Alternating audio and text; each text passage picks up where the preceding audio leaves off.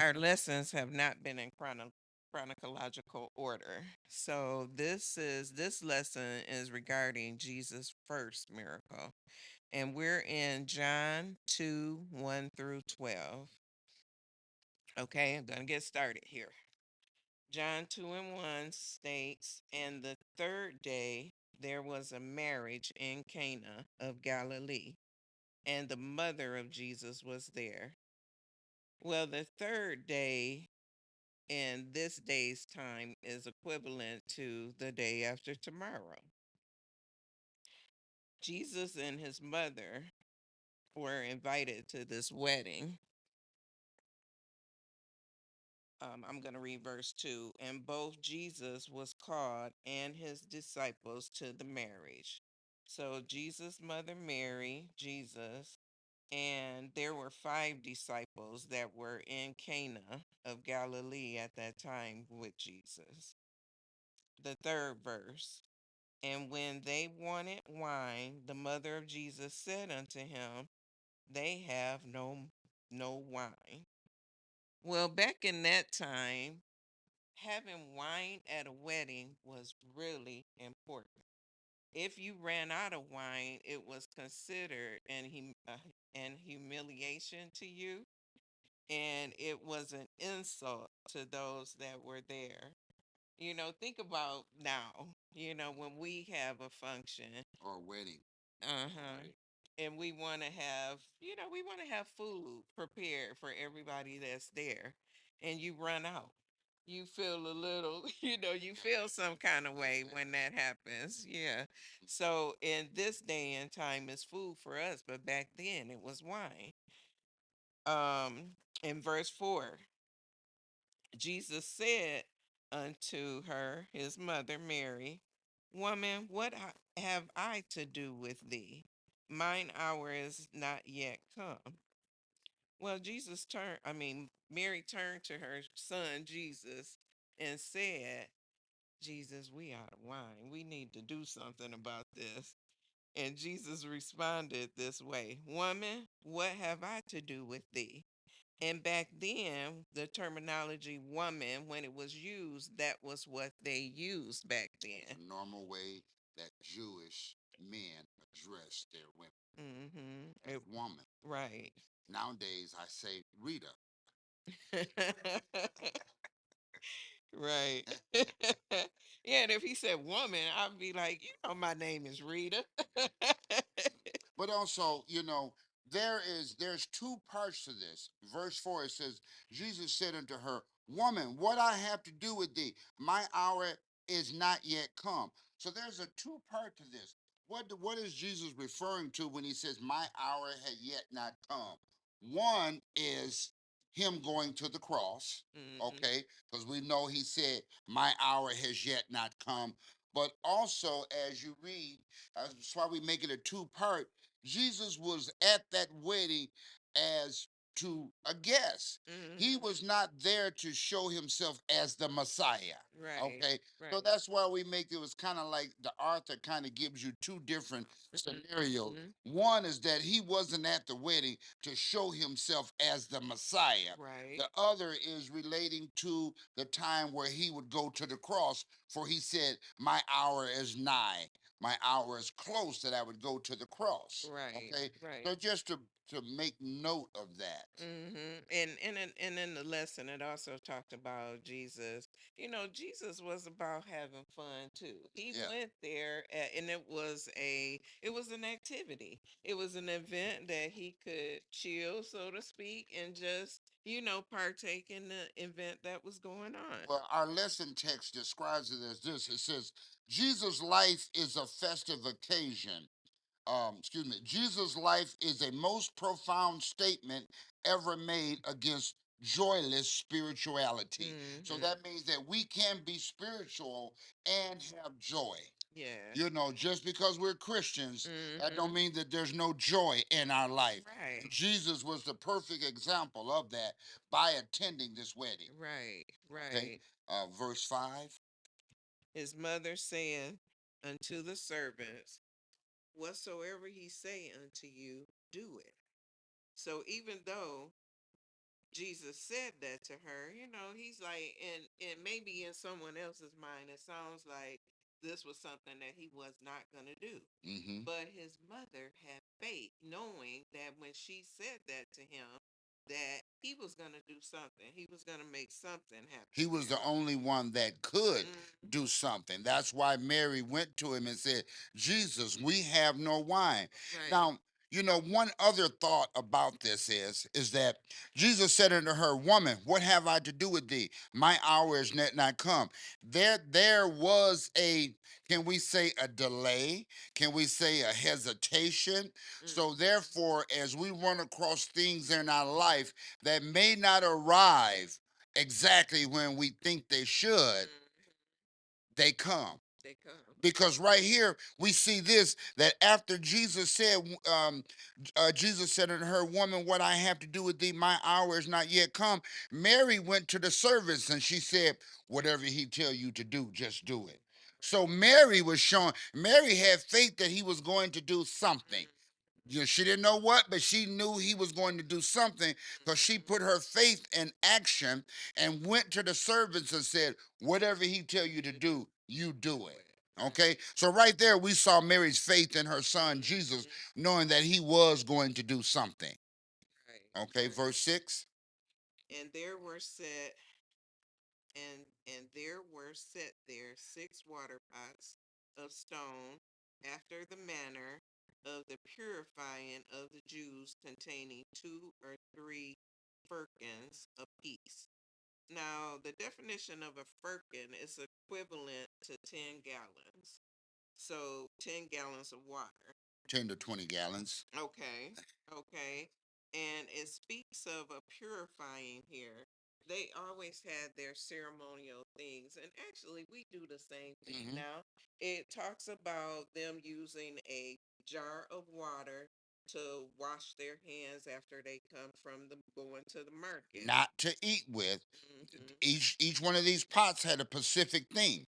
So Yes, after they come purpose. from the market, one firkin of water would be to Hmm. wash their hands from activities of people out in the market that they may Hmm. have touched or what uncleanliness. They were Right. very ritualistic about Hmm. cleanliness. Okay. Purifying themselves, Yes. purifying So themselves. one pot would have been after they come from the market, to say to wash their hands with. Mm. The second pot would have been to wash tables and vessels, Dishes, dishes and pots and what mm, have you. Not to eat with though. yeah, not The- to eat with. Specifically to wash pots and tables with, Mm-hmm. specifically to wash their hands with, Mm-hmm. coming from the market or what have you. And then Mm-hmm. there would have been others that would have been to eat with. Right, Okay. right, And right. those firkins were 10 to 20. A firkin is 10 to 20 gallons. Okay, Mm-hmm. so to give you an idea of how large these vessels of water are. Okay, Okay. verse 7. Verse 7, Jesus said unto them, fill the water pots with water, and they filled them up to the brim. So Jesus told the servants, fill the water pots with water. So when the servants went to do this, it was water. That's Mm-mm. what they saw it was. It was, yeah, they filled It it up was with water. water. Verse 8. And he said unto them, draw out now and bear unto the governor of the feast, and they bear it. So here, Jesus is telling them to go and draw the water now and bear unto the governor of the feast, and they bear it. So the servants are going, taking this water, which should be wine, to the governor, who was the minister of ceremony, the Master, master of the master ceremony, of ceremonies. the master of ceremony. So I'm sure now these are servants and they're going to do this. Now remember, it's a humiliation to run out of wine. So they're thinking they're taking water to this master of ceremony, which in They, their right. mind, And they would have been like, why are we giving the governor water?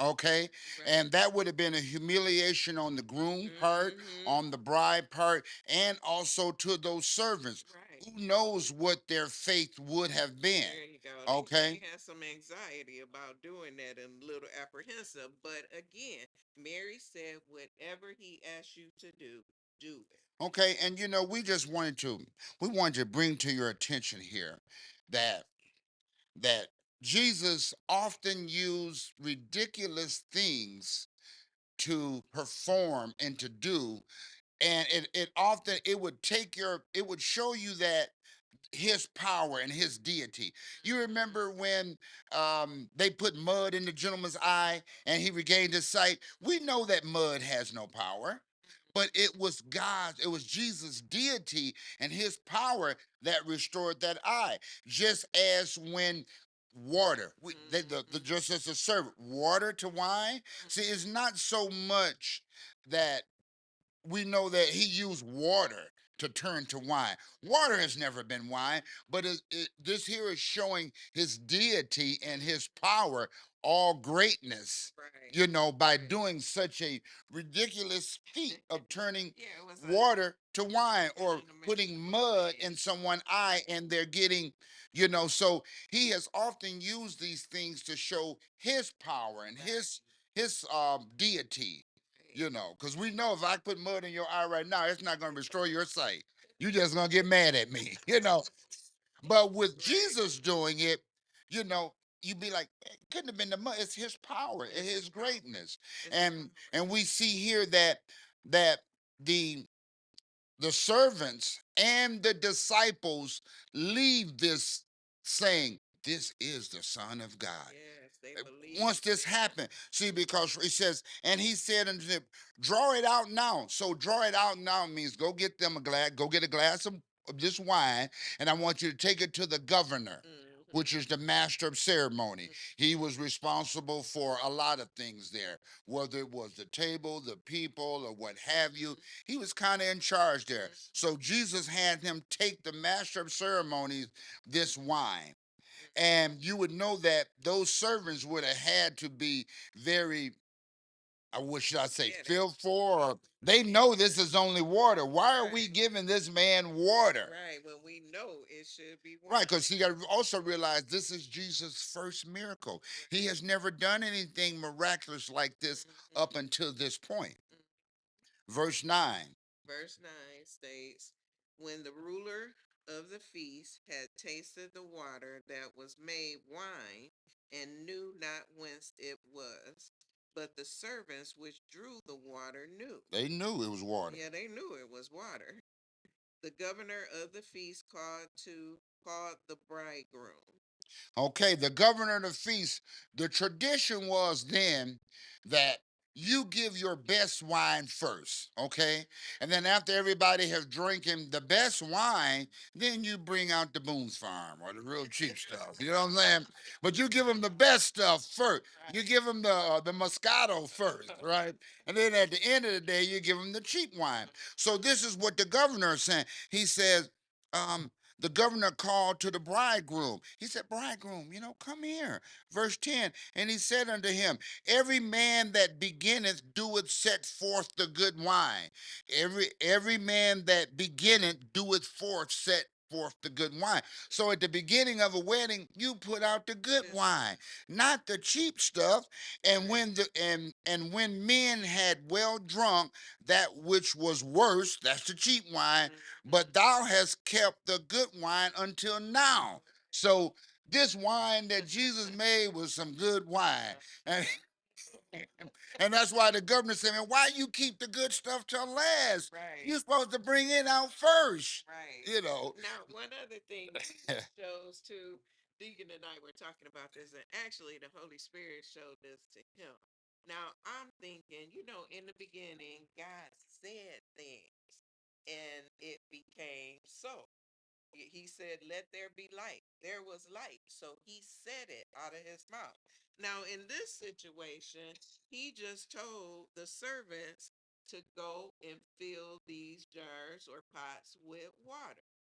So he didn't touch it. He didn't say, let there be wine. He said nothing, but Deacon.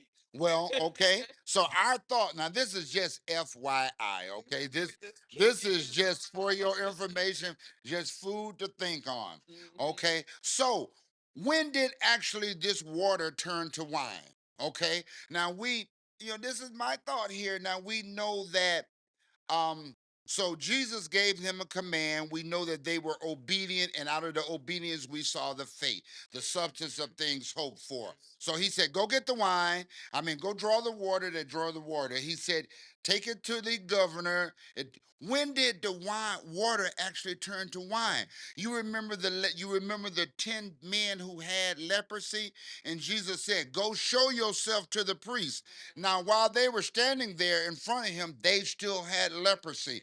But as they were obedient on their way to show themselves, see, obedience with faith equal the substance of things hoped for.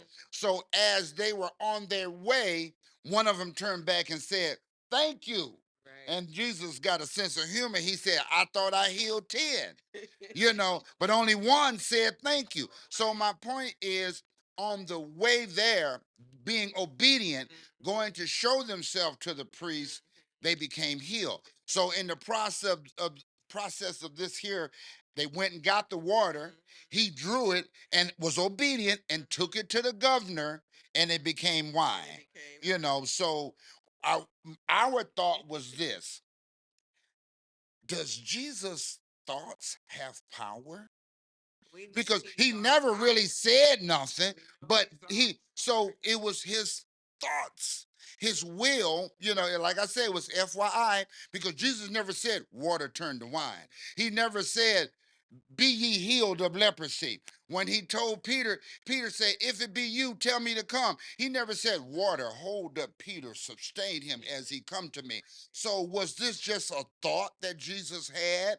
You remember there was a crowd of people, and Jesus said, he said, they said within themselves. You remember that story? He said, they said within themselves. So therefore, Jesus was reading their mind and he knew their thoughts. But FYI, our question to you all is, does his thoughts contain power? Can his thoughts do things just as his word? So when we say he's all powerful, all magnificent, all knowing, can he think something into existence? Because he never said water turned to wine. He never said, "Be ye healed of leprosy." It was followed with their obedience and their faith equal the manifestation of things hoped for. Because that's what happened. The manifestation of things hoped for is my healing. It was the leprosy healing. So when he told them to go show yourself to the priest, they were obedient. They did it, and the manifestation showed up. So it was just a thought. Now, mind you, the only ones that knew this miracle or that saw this miracle was the servants, the disciples, And and Jesus. That Jesus. was it. But The Jesus governor or didn't no one anyway. else at that wedding Nobody knew else knew that that water was wine, they had ran out and that this wine manifested. that it came from water. So that's why at the end of this wedding, as Jesus goes back to Capernaum, as they return, the disciples were convinced, yes, this is the Son of God. Those servants was, yes, convinced this is the Son of God. Okay, verse 9. Oh, okay, we read that. Verse Okay, 9. verse 10. 10, verse 10 states, and saith unto him, every man at the beginning doeth set forth good wine. Oh, you read this too. Yes. Mhm. And when men have well drunk, then that which is worse, but thou hast kept the good wine Until until now. now. Verse 11, this beginning of miracles did Jesus in Cana of Galilee and manifested forth his glory, and his disciples believed His on him. disciples believed on him. He showed his glory then, that he was truly the Son of God. And that was one of the things that we spoke of earlier, was that he came to the wedding for a joyful occasion, not necessarily to show that he was the Messiah, but he did do that. Can we say that it was based on, the story tells you that with Jesus being invited to the wedding, him and his mother, obviously he knew the people. He knew the people in that town. And, it says that this possibly was a low budget wedding because they ran out of wine. And back then, it was hard. You couldn't just jump in your car and go Right. around Where, the yeah, corner it's and it's pick up hard. some Where do you wine. get wine from? Wine is something that is made that, to my understanding, I'm no expert on it, but what do they do? They crush grapes and they let it sit and what have you. So once they ran out, where was they gonna get hey, y'all walk on some grapes and make some wine. We need about 3 more gallons. Right. Now, out of these 6 vessels that Jesus turned into wine, they estimated that that was between 120 and 180 gallons of wine. Because remember, I told you a firkin holds between 10 and 20 gallons of water. So he had 6 of them, and our lessons say that they filled them up to the brim. So they estimated that it was between 120 and 180 gallons of good wine that they had to enjoy at that wedding. Verse 12. Verse 12 states, After this, he went down to Capernaum, he and his mother and his brethren and his disciples, and they continued there not many days. So after this event, him, his mother, and his brethren, which are those of like precious faith, believers, and his disciples, and they continued there not many days. So he went, and they didn't spend much time there, but they went back to Capernaum. And also during that time period, a wedding lasted for about a week. The celebration. The celebration of a wedding lasted about a week. So, therefore, with there being 120 to 180 gallons of wine, there would have been more than enough wine for them to enjoy the rest of the evening with and to carry on with for a good portion of, of the That week, week. because a wedding ceremony, normally the celebration lasted for a week during those. So when you got married, it just wasn't that day and the honeymoon and then we back to work. That party lasted a week, you know. So, Yeah, but but it really got me to thinking, when he asked that question, we know that God is our power, and like he said within himself so he can read thoughts. So his thoughts have power as well. He's our power. He's our power. and today's aim here is to describe the detail and miracle of the water turned into wine at Cana in Galilee. So that, as we were saying earlier, it's the idea of turning water, that we're showing his deity and his greatness by doing something by that's so profound. Water into wine, or putting mud in someone. Mud has no healing power. Water is not at all wine. See, so that those were one of the two of the things that really just showed his greatness. And I thought about the mud later on when he just said fill it up with water. It was just, he could have said fill it up with sand and turned it into wine. You see, he could have used straw and fill those 6 pots up with straw and turned them into the best wine ever. So it's not so much the war, it's the idea of him turning something so ridiculous into something so great and awesome. You know, Simple, yeah, Something so thank you. simple. Yeah, well, I mean, who would think that you would turn wine into water, or mud would actually have healing powers? Right. So that there is just him showing his greatness and his deity. Right, exactly. It didn't. Exactly. Guys. Oh, how about that? Okay. Yeah, he's the healer. The healing power was within him. And so whatever he placed in his hand, we're gonna change and become what he needed it to become, which was healing for the man's eyes. And he could have said, "Eyes be healed." He could have just spoke to his Just eyes. as he did with Lazarus. Remember when he went to Lazarus, he said, "Arise, Lazarus." And he said it with a loud, commanding voice, "Arise, Lazarus." And Lazarus arose. Yeah.